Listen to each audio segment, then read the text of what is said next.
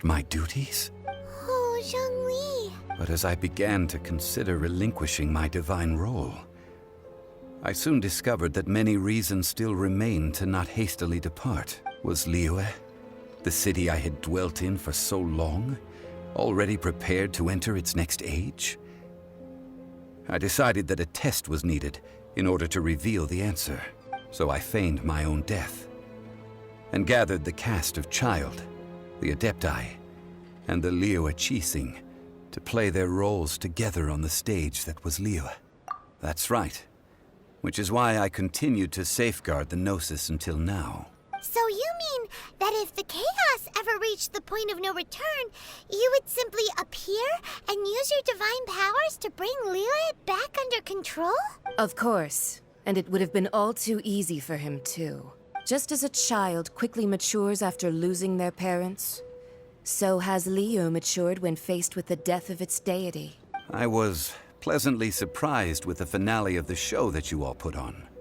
Why, you even deserved an encore. The Adepti deserve the greatest applause, considering their years of seclusion. They hardly recognized the city, yet faced with such a crisis, they exerted the greatest amount of restraint. Not only did they manage to cooperate with the Qixing, but in the end, they even tried to understand the heart of the people. And hats off to the emissary dispatched by the Cryo-Archon to fulfill our contract, Signora. She managed to keep everything she knew in strict confidence, far from the eavesdropping ears of her colleague Child, just as I had requested. All the while, I carried on as Zhongli, and fulfilled the traditions of Liyue in this mortal form. Thank you for walking that path with me, Traveler. These things were all a part of my script. The only unforeseen plot twist was the conduct of the Liyue Qixing. I had expected them to do no more than the Adepti, to come to the defense of Liyue. But when all was said and done, they seized the opportunity to supplant Liyue's divine protectors, and used the subsequent power vacuum left by my death to quickly gain complete control of Liyue. Huh? That doesn't sound good at all. On the contrary, I think it is excellent. I had always feared that it was too soon for them to take over from me. And it was also that which I longed for the most. As such, this is the best parting gift anyone could have given this god of old. Hey, what about me? Doesn't anyone feel the least bit of remorse for deceiving me? You've practically kept me in the dark. I think that thanks would be more appropriate. You certainly played no small part in all of this, wreaking havoc and turning the city upside down. The Lord of Geo ought to thank you for your performance, if anything.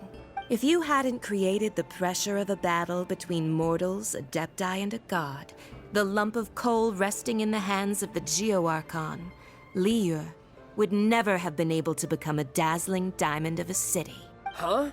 Just whose side are you on, mocking me like that? Are you itching for a fight? Hey, haven't you learned the Liyue saying, don't always call it as you see it?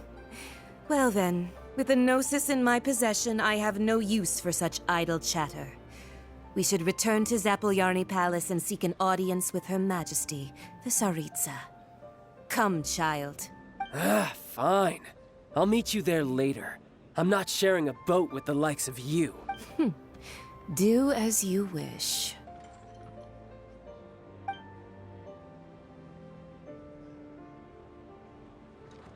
Now then, is there anything else you wish to ask me? Right! As Zhongli always told us, a good trade is a fair trade. Paimon has no idea what could be a good trade for a Gnosis. Realistically speaking, there is no such thing. Huh? However, I am the god of contracts. For thousands of years, my agreement with the Cryo-Archon will be the last of my contracts as the Geo-Archon. My contract to end all contracts. As for the bargaining chip that the Tsaritsa used to balance the scales, uncover that answer for yourself in your future journeys.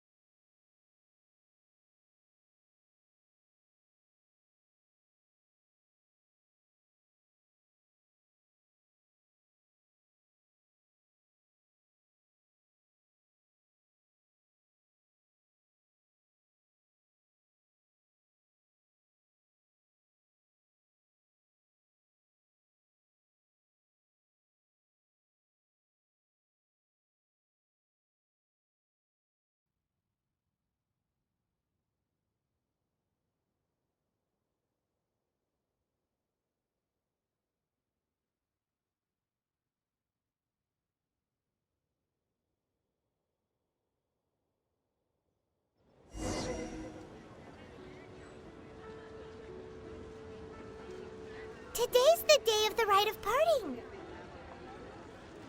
Although the star of the show is fake, we've spent so much time trying to organize it, it would be a real shame not to go there now.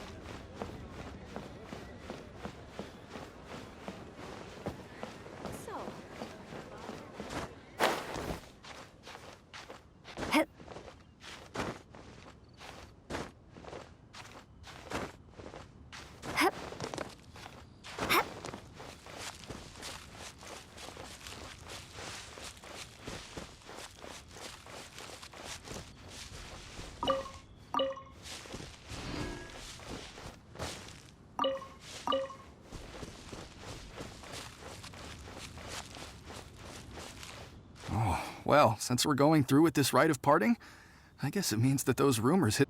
So Rex Lapis is really... Oh, come on. Do you think that the assassin could have been a normal... There's only one real possibility in my mind. I've heard that the assassin was that Fatui fellow. The Fatui? They certainly are... Shh! Lower your voice.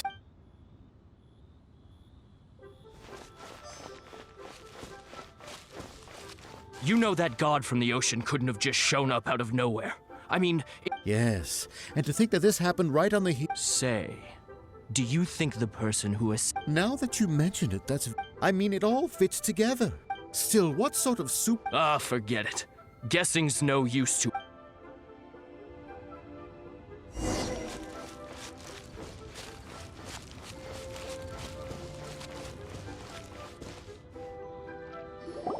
Hear ye all!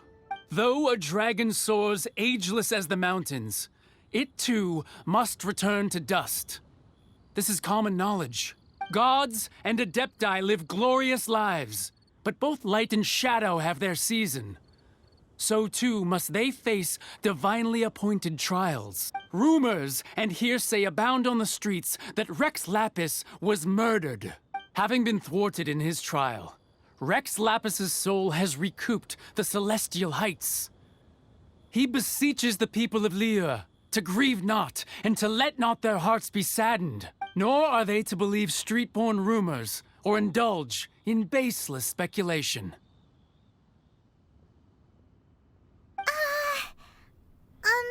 Paimon needs a translation on what the Qixing's announcement said. So that's how they're... Something feels off.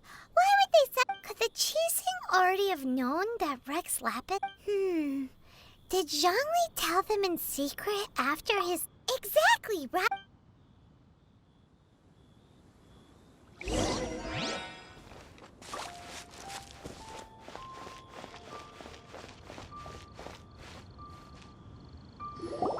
Look, it's Ningguang and Keqing. Are they saying something? Are their speeches over? As said previously, Rex Lapis's soul returning to the heavens is the end of the contract.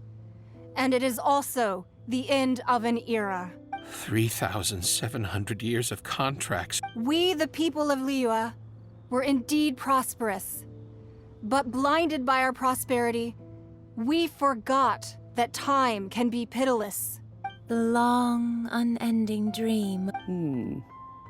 Now that we have awoken from our dream, We must learn to say farewell. Will you stand with us as we re-establish our contracts? So concludes the words of Her Eminence the Tianquan. Does Her Eminence the Yuheng have anything to add? Huh? Is she looking this way? Traveler. Yikes! She really is looking our way! Is that the traveler who they say defeated the ancient god? So young.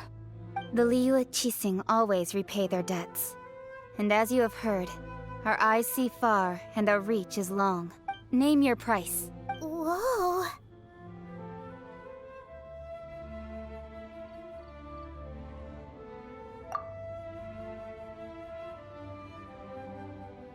Well, could you help me put up some missing person posters?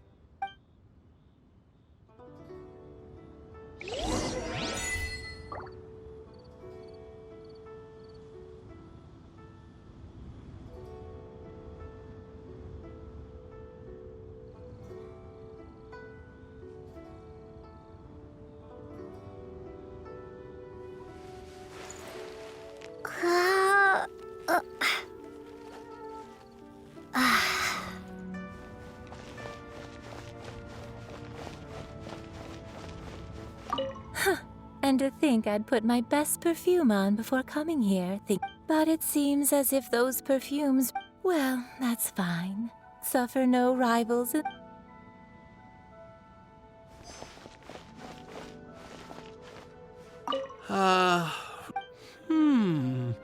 Perhaps mementos for Rex Lapis might be...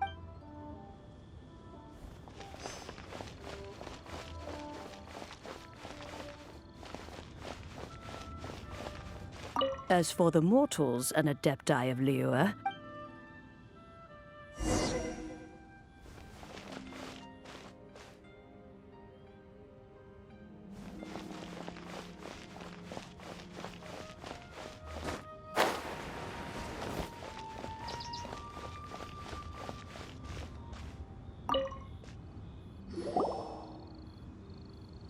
Hey, Zhongli!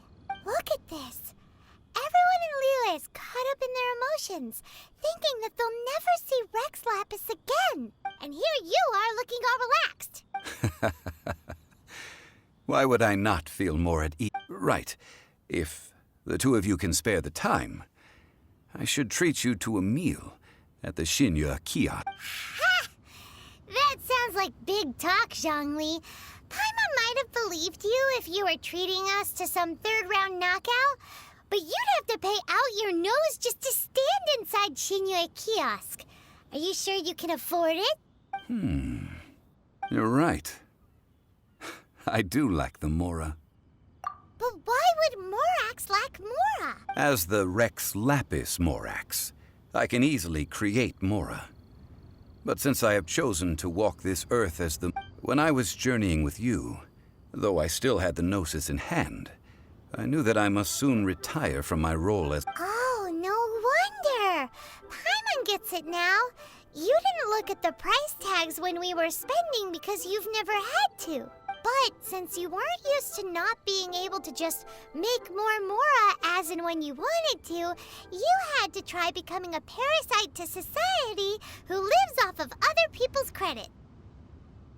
Well, we were only spending Fatui money.